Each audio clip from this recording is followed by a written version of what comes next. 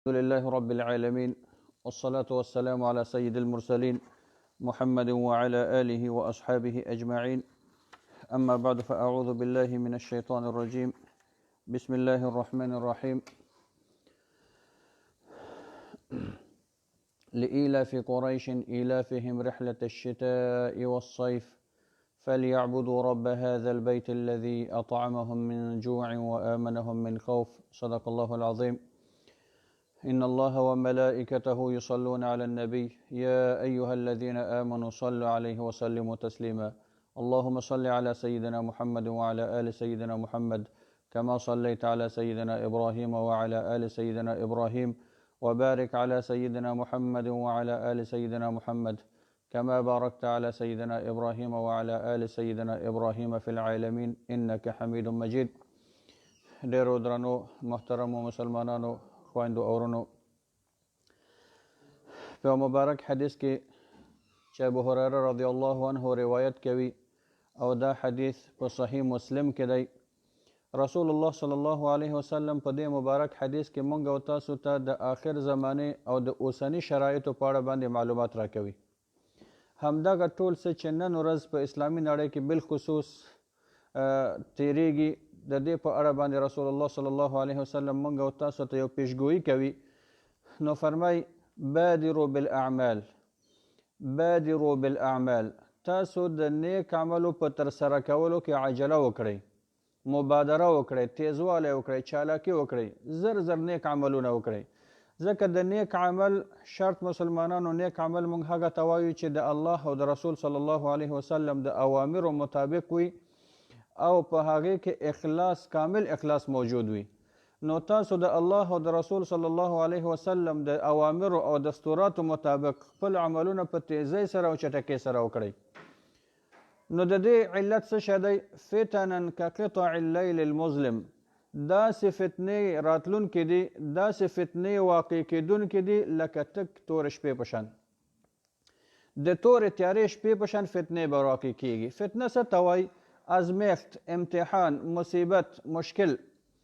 نو رسول الله صلی الله علیه وسلم دلته مونږ او تاسو ته کنایه معنا کې فرمایي چې لکه څرنګه چې انسان د تورې شپې څخه د تیارو څخه ویریږي، ځکه لاره تا ته نه معلومیږي، کیدای شي یو خندق کې وغورځېږي، کیدای شي یو بل خطر سره مخامخ شي. نو دغسې فتنې به راشي، داسې حالاتو سره به مخامخ شي چې انسان به خپل تصمیم ګیري نشي کولی. تا څخه به خپل لاره در څخه ورکه وي چې څه باید وکړم، دا څه تیریږي، څه کیږي، څه روان دي. نو څرنګه چې انسان د شپې څخه ویریږي، په تاسو به هم داسې فتنې راشي، داسې مصیبتونه، داسې مشکلات به راشي چې تاسو به د هغې څخه ویریږئ. خپله لاره به نشئ پیدا کولی، د حق لاره به نشئ ټینګولی، د الله او د رسول لارې باندې به نشئ تللی، ځکه دومره موانع او مشکلات به تاسو ته پیدا شي. نو فرمایي چې تاسو نیک عملونه وکړئ په سرعت سره، عجلې سره، دې نه مخکې چې تاسو باندې دغسې فتنې راشي چې هغه به داسې وي لکه تکې توره شپې غوندې. بیا رسول الله صلی الله علیه وسلم مونږ او تاسو ته فرمایي چې یصبح الرجل فیها مؤمنا ویمسی کافرا. کله چې دغه فتنې راشي نو دا فتنې به داسې وي چې یو انسان به یصبح فیها مؤمنا ویمسی کافرا، سهار به یو مسلمان ګوري چې مؤمن دی، مسلمان دی، اما ماښام به یې ګوري بیرته کافر شوی دی، مرتد شوی دی. یعنی دا فتنې به دومره شي چې د خلکو ایمانونه به ضعیف شي، خلک به په غفلت کې واقع شي، خلک به په تزلزل کې واقع شي، خپل د حق لاره، د ایمان لاره به نشي ټینګ ساتلی، خپل د ایمان څخه به ډېر په اسانۍ سره یعنی تیریږي. سهار به ګورې مؤمن دی، تا ته به داسې خبرې کوي لکه د پیغمبرانو غوندې، خو ماښام چې ګورې بیا به خپل دین خرڅ کړی وي، کافر شوی وي، مرتد شوی به وي، بیا به د نورو خلکو پیروي کوي. نو بیا فرمایي چې یبیع دینه بعرض من الدنیا، دغسې حالت چې راشي نو انسانان به سهار مؤمنان وي، ماښام به کافران وي، ماښام به مؤمنان وي، سهار به کافران وي. خپل دین به خرڅوي د دنیا د مال په مقابل کې، د دنیا د مال په مقابل کې به خپل دین خرڅوي. سبحان الله. رسول الله صلی الله علیه وسلم 1400 کاله مخکې مونږ او تاسو ته همدغه پیشګویي کړې چې هغه واقعات نن حقیقتا مونږ او تاسو په خپلو سترګو باندې ګورو. نو دا حدیث مونږ او تاسو ته یو ډېر لوی درس راکوي. موږ او تاسو ته رسول الله صلی الله علیه وسلم په لومړي قدم کې دا امر کوي چې بادروا بالاعمال، متوجه اوسئ چې نیک عمل پرې نږدئ، خپل د ایمان لاره ټینګه ونیسئ، د خپل ایمان په لاره کې غفلت ونه کړئ، د الله او د رسول د اوامرو څخه شاته نه شئ. دې نه مخکې چې دغه فتنې او مصیبتونه او مشکلات راشي چې بیا ستاسو مانع کېږي، بیا به نیک عمل نشئ کولی، بیا به خپل عبادت نشئ ترسره کولی، بیا به د الله او د رسول اوامر نشئ په ځای کولی. نو د هغې نه مخکې خپل نیک عملونو ته توجه وکړئ. نو ځکه هم دغه امتحانات، ابتلاءات، ازمیښتونه، دغه خوف چې راشي نو بیا انسان په ازمیښت کې دی. نو بیا فرمایي چې فتنا کقطع اللیل المظلم، په تاسو باندې به داسې فتنې راشي، داسې امتحانات به راشي، داسې مشکلات به راشي لکه تکې تورې شپې غوندې. تورې شپې نه انسانان ویریږي، خپل لاره پکې نشي پیدا کولی. نو دغه فتنې څه شی دي مسلمانانو؟ دغه فتنې په نورو حدیثو کې تشریح شوي دي چې د مال فتنه شته. مال به زیات شي، مګر د مال لاسته راوړلو دپاره به فتنه او امتحان دا وي چې انسان به حلال او حرام بیا نه پېژني.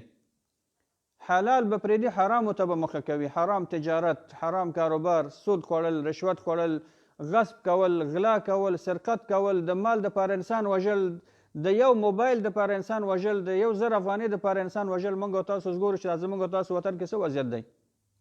دا هماغه د مال فتنه ده چې انسان د یو مال، یو افغانۍ لاسته راوړلو دپاره سالم انسان وژني، ځوان انسان به وژني، زنانه به وژني، مګر دې دپاره چې دغه مال لاسته راوړي. فقط حرام او حلال معیار به د منځه تللی وي، انسان به غفلت کې شوی وي. همدارنګه د شهوت فتنه ده.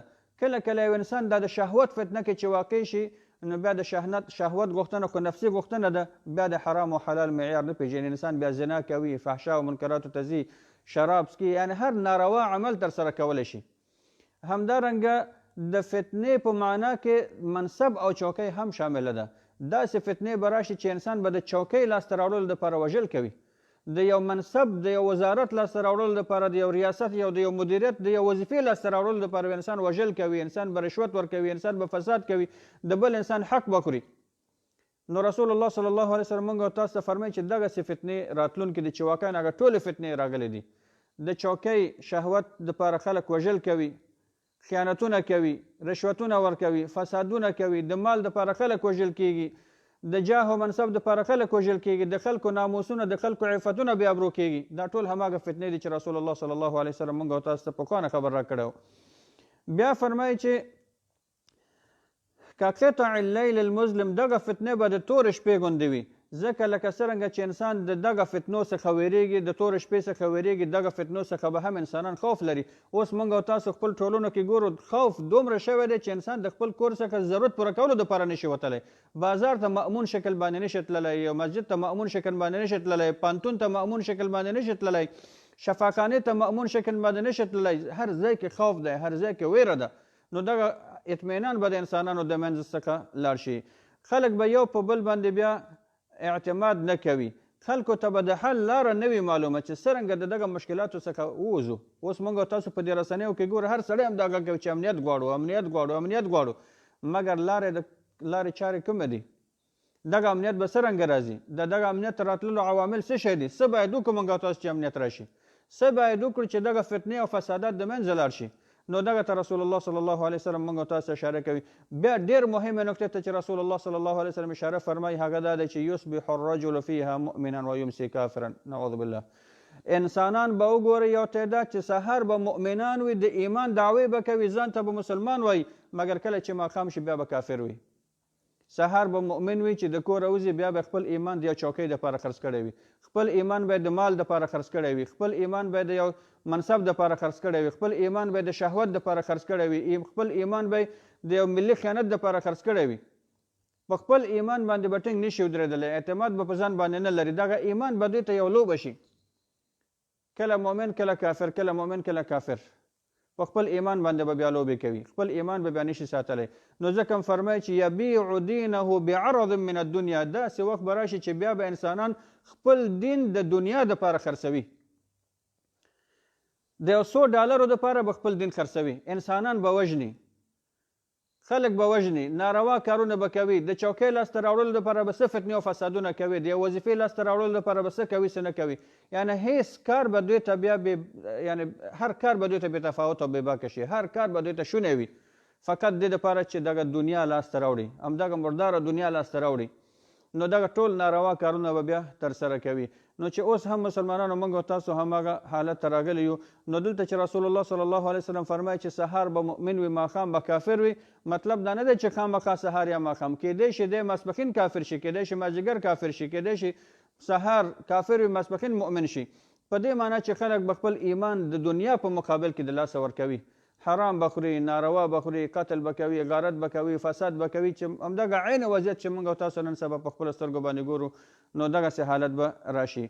بل حدیث شریف کې رسول الله صلی الله علیه وسلم هم دې مفهوم ته اشاره فرمایي چې داسې وخت به وي چې قاتل به نه پوهېږي چې زه ولې انسان وژنم، او مقتول بیچاره به نه پوهېږي چې زه ولې وژل کېږم. محصل بیچاره به صنف کې ناست وي، خپل کتاب به خلاص کړی وي، قلم به لاس کې وي، درس به وایي، خو نه پوهېږي چې ما ولې وژني، زه ولې وژل کېږم. قاتل نه پوهېږي چې زه دغه محصل ولې وژنم، دغه مظلوم بې ګناه انسان ولې وژنم.